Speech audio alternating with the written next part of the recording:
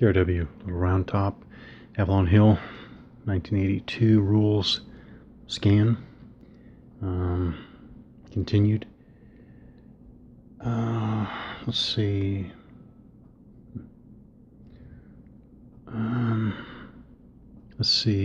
Facing, effect on movement.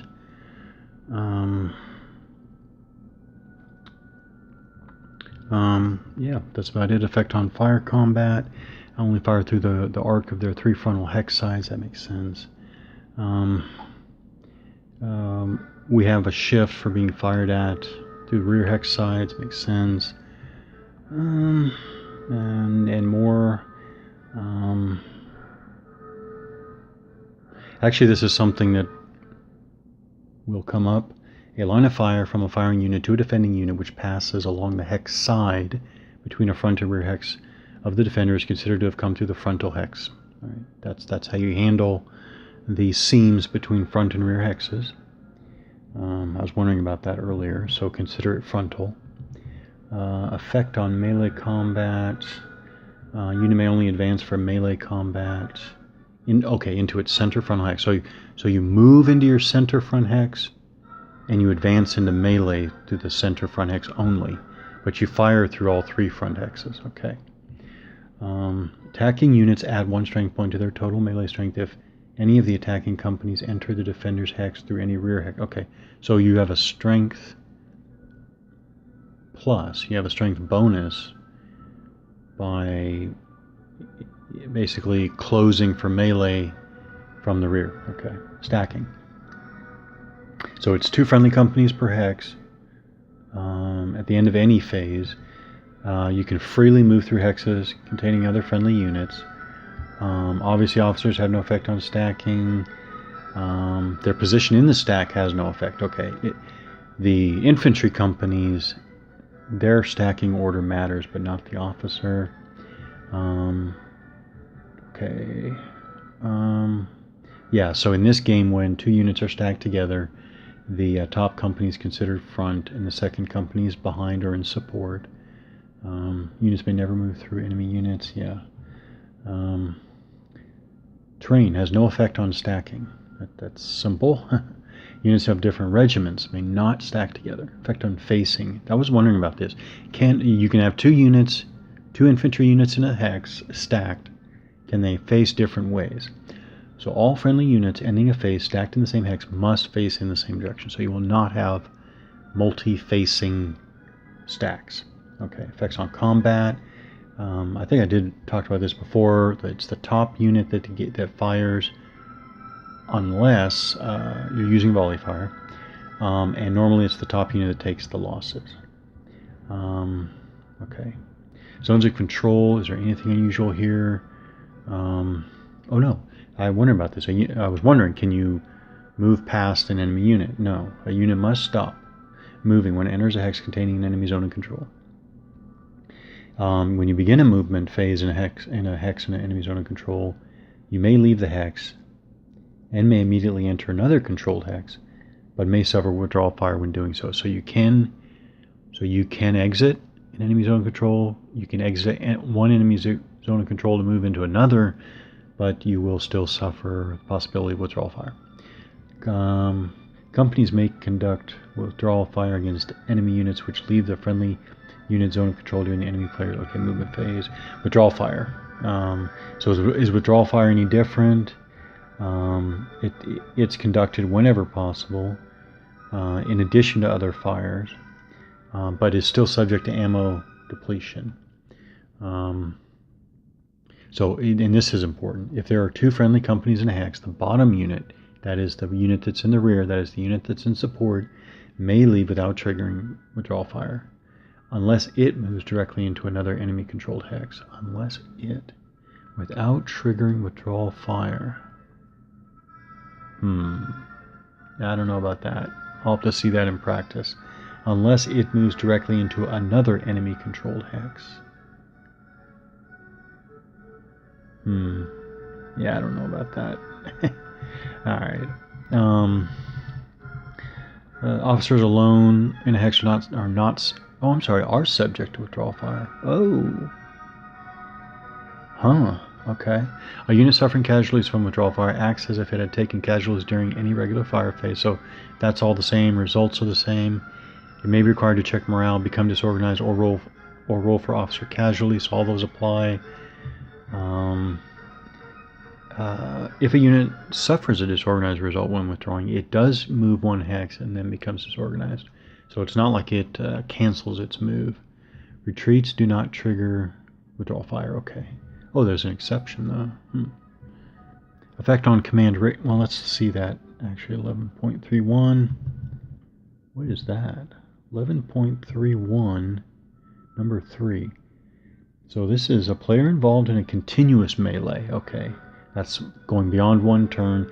Has 3 options during the melee phase of his player turn. 1. He may refight another melee with the same units, recalculating the differential with his units acting as the attacker. 2. He may reinforce the melee within stacking restrictions and then refight the melee as the attacker. That's good. 3. So this is the exception. He may choose to have all of his units retreat 2 hex. Okay, subject to withdrawal. Now I see. So this is a retreat that is subject to withdrawal fire. But that's from the enemy units in the continuous melee. So I guess that's to imply that it's not others. And then check morale. Okay. All right. Well, that makes sense, I guess. All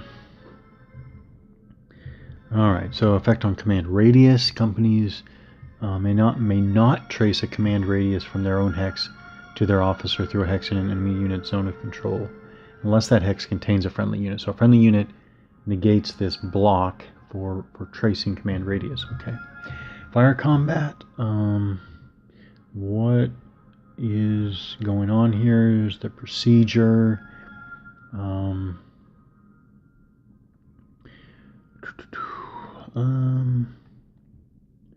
The result either be a miss, a number of enemy strength points eliminated, or a disorganized unit.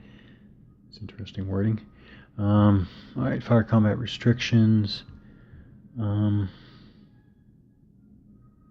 It does not have to receive command. Yeah, you don't need to receive command points or to be within an officer's command radius to fire.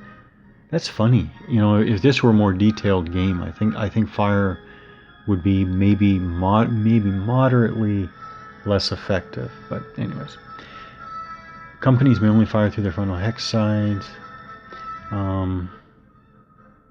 Units with fixed bayonets may not fire. Okay.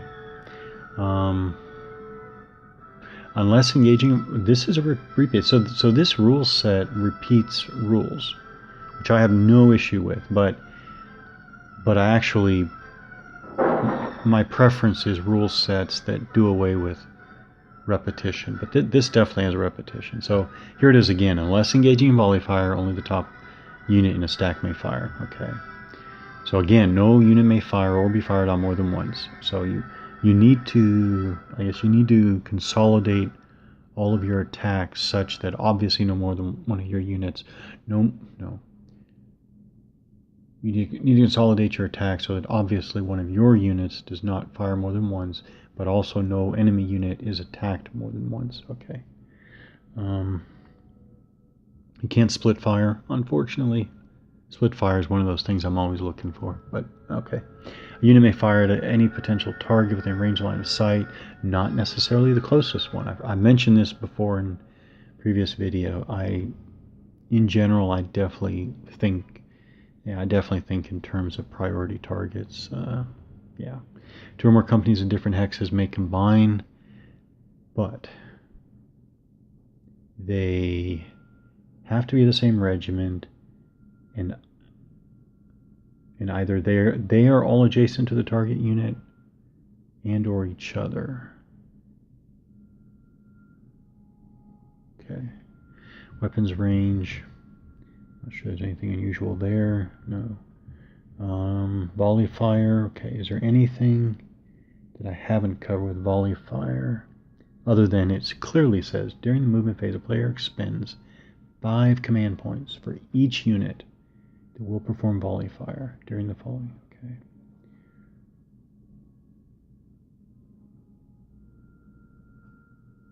And that's why you have the volley fire markers.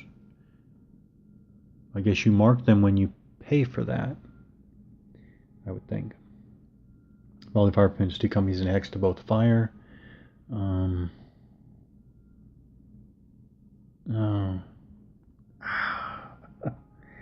There is a hex maximum. That is buried. As far as I can tell, that's buried. So, permits 2 companies in a hex to both fire up to a maximum of 5 strength points per hex. So if I have 2 units in a hex, so if I have 2 units in a hex, and they together form, or they together make up 6 strength points. If I pay for them to volley fire, they still will only fire with a strength of 5. Huh. And see, that's interesting because, well, actually, let me think. Is there any? So there, I'm looking at the order of battle here, or the regimental status sheets for both sides. So no unit has more than 5.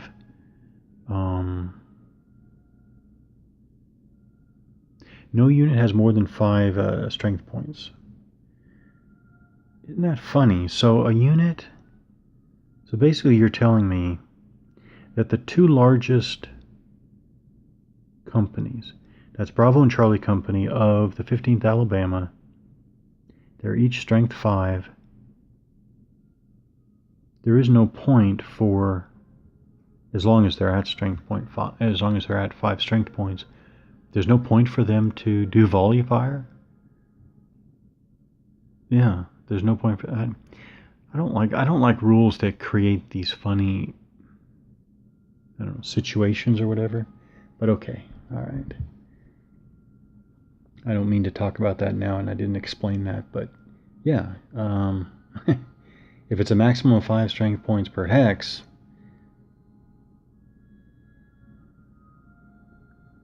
if one, yeah, okay.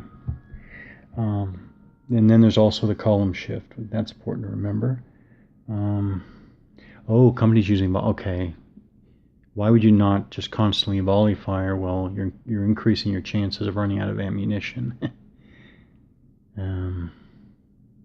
Yeah, that's important.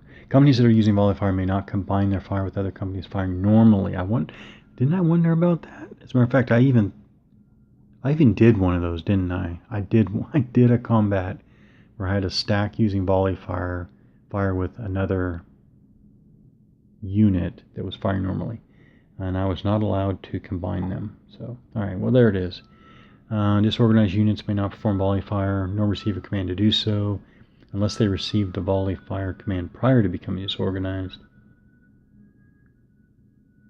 But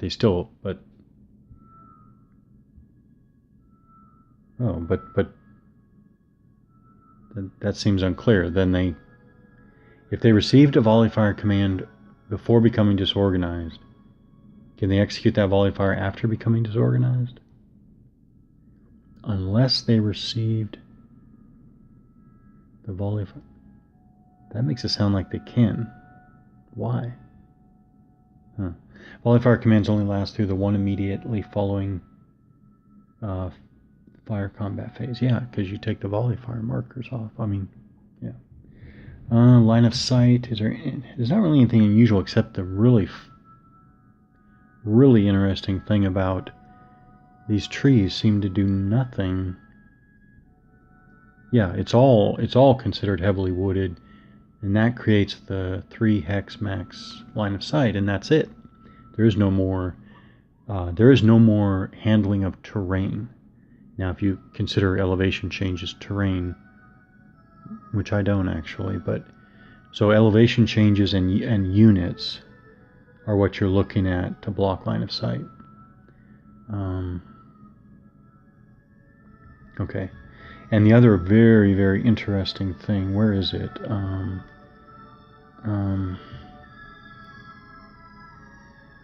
Actually, I was wondering about this before I get to that other thing. If a loss runs along a normally blocking hex side, for example, okay, the loss is not blocked, okay. Yeah, but that doesn't help when there's blocking terrain on both sides. If a loss runs along a normally blocking hex side, the loss loss is not blocked.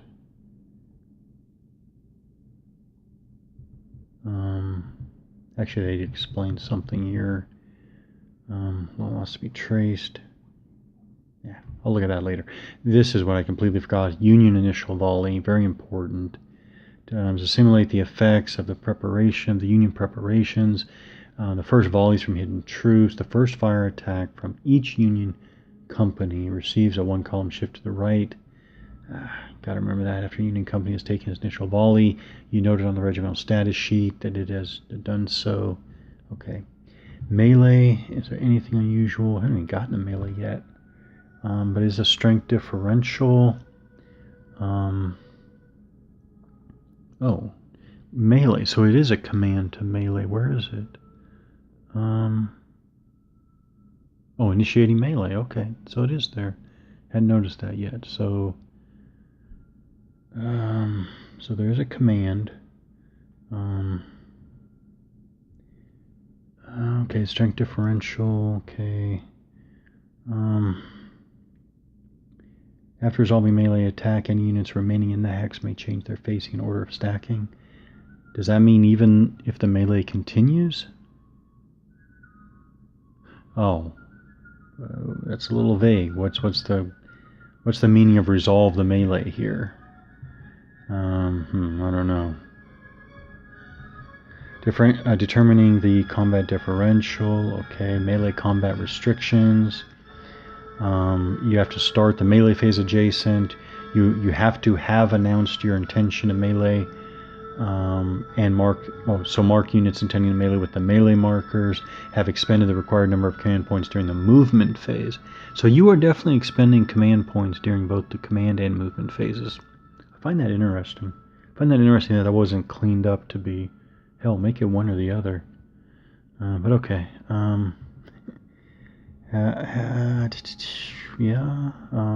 More than one company may attempt to melee, but only a maximum of 2 companies may actually enter the defender's hex to conduct the melee attack. That's weird. So is that implying that you can issue a bunch of orders, spend a bunch of command points to basically have 4 units melee, but when you get to the actual melee resolution, only 2 of those will actually be able to enter the defender's hex and melee? The others are, I guess they were standing by or something. There's no movement cost to enter the assault hex. What happens if the defender retreats before the melee?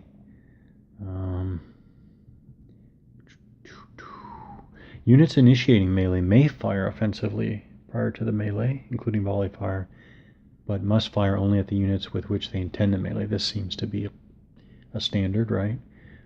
When 2 units stack together, both initiate melee. The bottom unit in the hex may only deliver the melee attack if the top unit is able to also. Okay?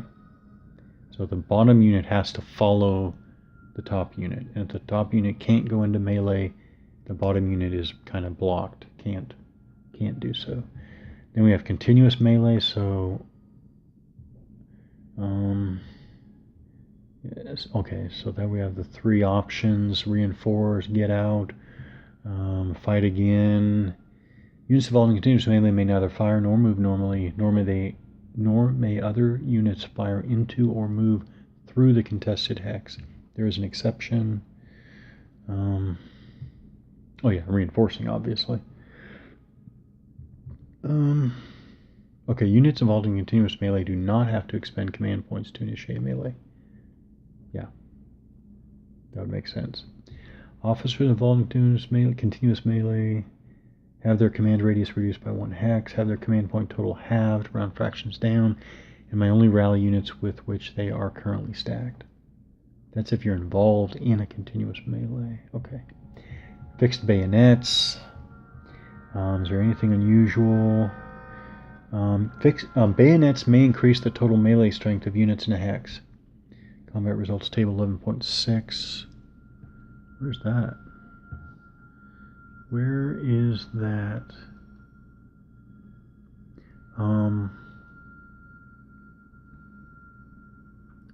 Fixing bayonets in melee. Add 1 strength point to the total melee strength of the attacker if all attacking units have fixed bayonets and the defending units began the melee phase at the same or a lower elevation level than the attacker.